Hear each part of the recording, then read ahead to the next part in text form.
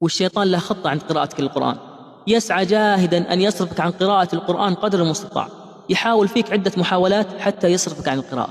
بل أحيانا يقترح عليك اقتراحات ويعطيك أفكار نافعة ومفيدة في سبيل إيش؟ في سبيل أنك ما تقبل على قراءة القرآن ولا تفتح صفحة ولا تقرأ آية، لأنه يعلم أن قراءة القرآن لها أثر كبير عليك، لها أثر كبير على بركة يومك، على بركة وقتك، على بركة أهلك ومالك. يعلم أن قراءة القرآن لها أثر كبير في صلاح قلبك، في صلاح حالك، في قوة علاقتك مع الله سبحانه وتعالى. فعزمك على فتح المصحف أخطر شيء على الشيطان، لذا هو يتفنن ويتفانى بإشغالك عنه ولو بطاعة أخرى، ولو بطاعة أخرى.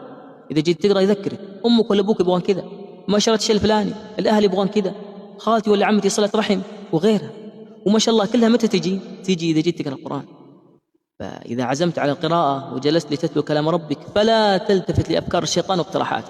وإن كانوا لابد شيء مهم وضروري ونافع فاكتبه في ورقة عندك أو في ملاحظات الجوال،